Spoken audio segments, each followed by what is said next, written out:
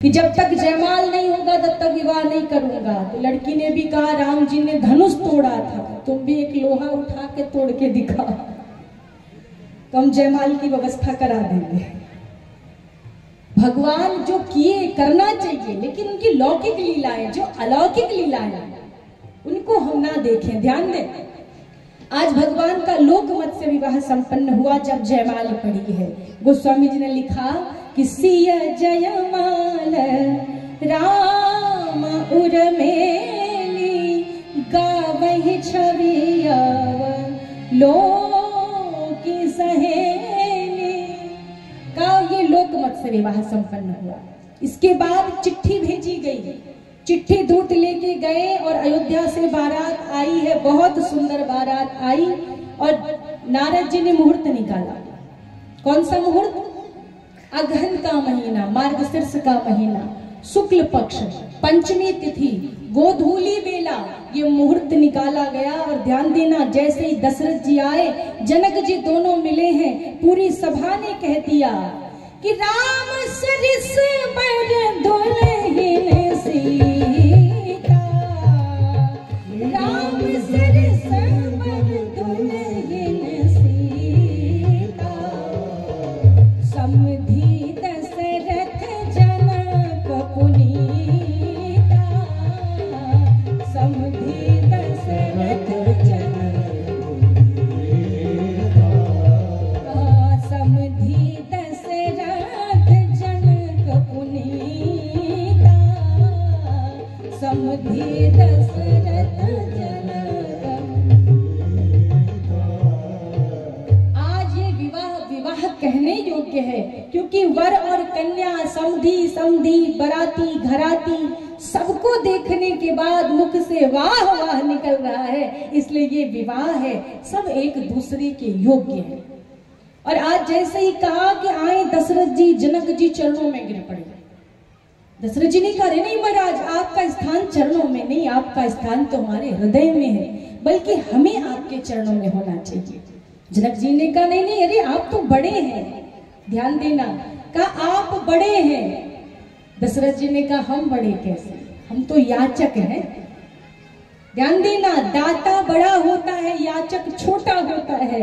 दशरथ जी ने कहा आप दाता हैं और मैं याचक हूं, आप कन्यादान देंगे और मैं कन्यादान लूंगा, तो मैं मांगने वाला हुआ, मैं छोटा हुआ, आप बड़े हुए हैं, इसलिए मुझे आपके चरणों में होना चाहिए। ये अगर प्रेम, ये समन्वय बना रहे, तब दोनों परिवारों में प्रेम बना रहता है। ये नहीं कि हम बड़े नहीं, सब एक दूसरे को बड़ा समझे, आप बड़े, तब ये प्रेम बना रहता है। और आज मुहूर्त निकाला गया, भगवान राम दूल्हा बन के मंडप में गए। मंगलाष्टक बोलना सभी लोगों ने शुरू किया। सतानंद जी ने मंगलाष्टक बोला, रामो राजमणि सदा विजयते, रामं रमेशं भजे, रामेणाभिहता निशाचर चमु, रामाय तस्मै नमः। रामान्नास्ति परागणं परतरं, रामास्य दासोऽस्म्यहं, रामे चित्तलयः सदा भवतु मे, भो राम मामोद्धरः। मनोभिरामं नयनाभिरामं, वाचोभिरामं श्रवणाभिरामं, सदाभिरामं सतताभिरामं, वंदे सदा दाशरथिं च राम। सतानंद जी मंगलाष्टक बोल रहे, विश्वामित्र जी मंगलाष्टक, वशिष्ठ जी मंगलाष्टक, सब मंगलाष्टक बोल रहे। और जैसी विवाह की रीति है, उस रीति से विवाह संपन्न हुआ। आज बैठे बरासन राम जानकी, मुदित मन दशरथ भये। विवाह प्रसंग तो बड़ा अद्भुत है, लेकिन हम विवाह प्रसंग तरफ जा ही नहीं रहे। ध्यान देना, आज बरासन पे श्री सीताराम जी भगवान विराजमान हुए। भगवान के जीवन में 4 आसन आए हैं। भगवान राम के जीवन में 4 आसन आए, बरासन, कुशासन, मृगासन और अंत में सिंहासन। इन चारों की चर्चा हो सके अगर तो हम प्रयास करेंगे सुनाने का। आज प्रथम आसन बरासन पे भगवान राम जी विराजमान हुए। और जब बरासन पे बैठे तो आज सिंदूर दान की प्रक्रिया करी। गोस्वामी जी ने लिखा, राम सिया सिर सिंदूर दे, राम सिया सिर सिंदूर दे, शोभा कहीं ना जात विधि दे, शोभा जात विधि दे, शोभा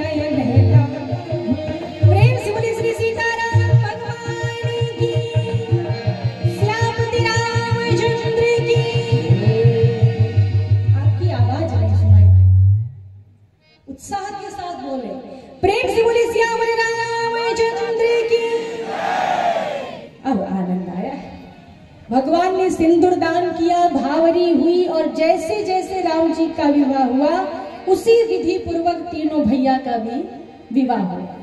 अब इधर नहीं जाएंगे कि क्यों हुआ, कैसे हुआ, कथा वही स्थिति है, जहां जाए मन तहीं लुभाए। राम जी की कथा ऐसी है और ये हम देखें, इसीलिए हम अधिकतर ये राम कथा में ही डूबे जा रहे हैं। कुछ लोग कहते दीदी आप भागवत नहीं कहती, शिव पुराण नहीं कहती, ये नहीं कहती।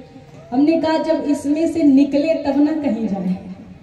अभी तो हम श्री रामचरितमानस में ही डूबे जा रहे हैं, एक एक अर्धालियों में, एक एक चौपाइयों में अभी डूबे जा रहे हैं। जब इसमें पूर्ण हो जाए तब तो कहीं और जाए। तो ध्यान देना, आज भगवान राम का सुंदर विवाह हुआ, सखियों ने बड़ा विनोद किया, कोहबर में भगवान को रखा, लेकिन तुलसीदास जी ने कोहबर प्रसंग नहीं लिखा। लोगों ने पूछा क्यों?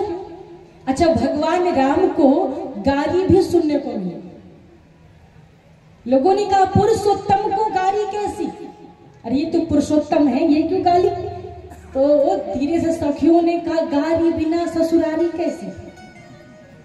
अगर गाली नहीं सुनना था तो ससुराल ही नहीं आना था। ससुराल आए तो भगवान ही क्यों ना हो, गाली तो सुनना ही पड़ेगा। और आज भगवान को खूब आनंद किया। ध्यान देना, कोहबर प्रसंग तुलसीदास जी ने नहीं लिखा। क्यों? क्योंकि तुलसीदास जी जो भी प्रसंग लिखते हैं ना, वो अनुभव करके लिखते हैं। उन्हें ऐसा लगता है कि उस स्थान पर मैं भी हूं और वो दर्शन कर रहा है। तो जब कोहबर प्रसंग लिखने को चले तो उन्हें ऐसा लगा कि माताओं ने रोक दिया, मिथिला की माताओं ने रोक दिया। अरे बाबा इधर कहाँ जा रहे हो? यहाँ कोहबर में साड़ी वाली होती है, दाढ़ी वाले नहीं होते। यहाँ दाढ़ी वालों का कोई काम नहीं है, वो तो बस साड़ी वाली होती है। इसलिए कोहबर प्रसंग तुलसीदास जी ने नहीं लिखा। बहुत आनंद किया है सखियों ने। 1 महीने नहीं, 2 महीने नहीं, आप जोड़ना बारात कितने दिन में। कार्तिक में धनतेरस के दिन बारात आई, अगहन में विवाह हुआ, फाल्गुन पंचमी तक, होली के बाद रंग पंचमी तक बारात रही। अब आप जोड़ लेना बारात कितने दिन रही। यहाँ 1 दिन के बाद अगर दूसरे दिन बारात रुकी तो फिर अब दाल रोटी खाना पड़ेगा। ध्यान देना, 1 दिन नहीं, 2 दिन नहीं, अब जोड़ते रहो कार्तिक से लेके फाल्गुन तक। बारात खूब रुकी है, खूब आनंद हुआ। जब जब जाते भगवान दशरथ जी जाते, भैया अब चलने को छुट्टी दे दो, अब छुट्टी दे दो, लेकिन जनक जी हाथ जोड़ लेते। अंत में दशरथ जी ने कहा राम तुम जाओगे तो ही शायद छुट्टी मिले, एक बार तुम भी प्रयास करके देखो। और जब राम जी गए, जैसे ही कहे सुनैना मैया से छुट्टी मिल गई। लोगों ने कहा अब हमें समझ में आ गया, ये बिहार की परंपरा है कि बिहार में बस दामाद की सुनते हैं और किसी की नहीं सुनते। आप अभी भी जाएंगे, हमारे दीपक भैया हैं बिहार से, तो बिहार में दामाद जी लोगों की खूब आवभगत होती है, खूब स्वागत होता है। दामाद जी नहीं जाए, दामाद जी के घर का कोई चला जाए तो फिर पानी भी मिलने वाला है। ध्यान देना। तो आज खूब आनंद हुआ, खूब स्वागत हुआ, और जैसे ही छुट्टी मांगी राम जी ने, छुट्टी दे दिया मैया सुनैना ने। आज पूरी जनकपुरी मानो कारुणी की दशा में है, सबके नेत्र सजल हैं। सुनैना मैया ने बड़ी सुंदर शिक्षा देते हुए जानकी जी की विदाई करी है। बहुत समय चला जाएगा, बस एक लाइन में आप सभी प्रेम करो। सुन लो दुलारी मेरा कहना, इस भाते रहना, जाओ के ससुराल में। समझ में आ रहा है? सुन लो दुलारी मेरा कहना, माँ समझा रही है बेटी को, जब बिटिया की विदाई हो रही है तो समझा रही है। सुन लो दुलारी मेरा कहना, इस भाते रहना, जाओ के ससुराल में। सुन लो दुलारी मेरा कहना, इस भाते रहना,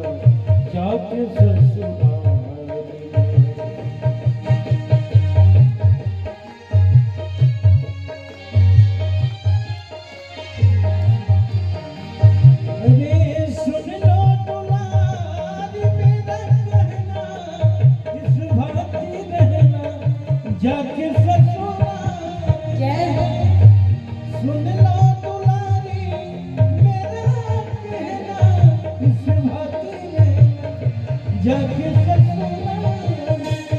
माँ समझाती है बेटा, इस घर से जहाँ जा रही हूँ वैसे तो एक एक लाइन मंत्र की भांति है, लेकिन समय बहुत अधिक हो जाएगा तो अंतिम लाइन बहुत सुंदर है।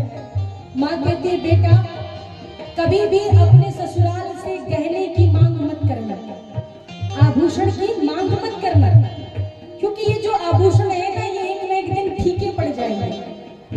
तुम्हें अगर आभूषण पहनना है ना तो सबके प्रेम का आभूषण पहन लेना, बहुत ही सुंदर दिखाई दोगी, बड़ी ही सुंदर प्रतीत होगी अगर सबके प्रेम का आभूषण पहनती है। माँ ने सिखाया कि कौन कौन सा आभूषण पहनना, बड़ा सुंदर।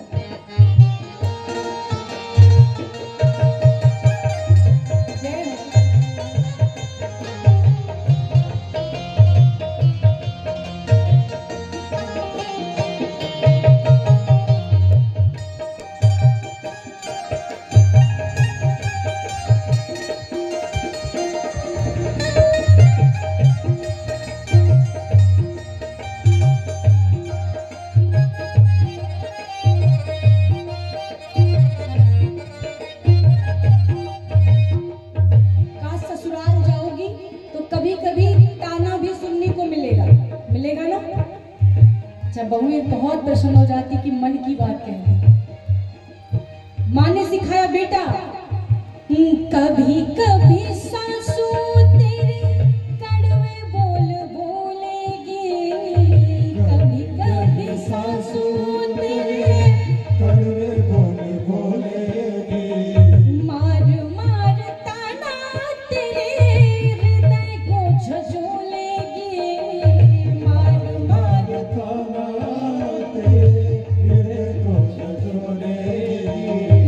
कुछ मत बोलना तुम,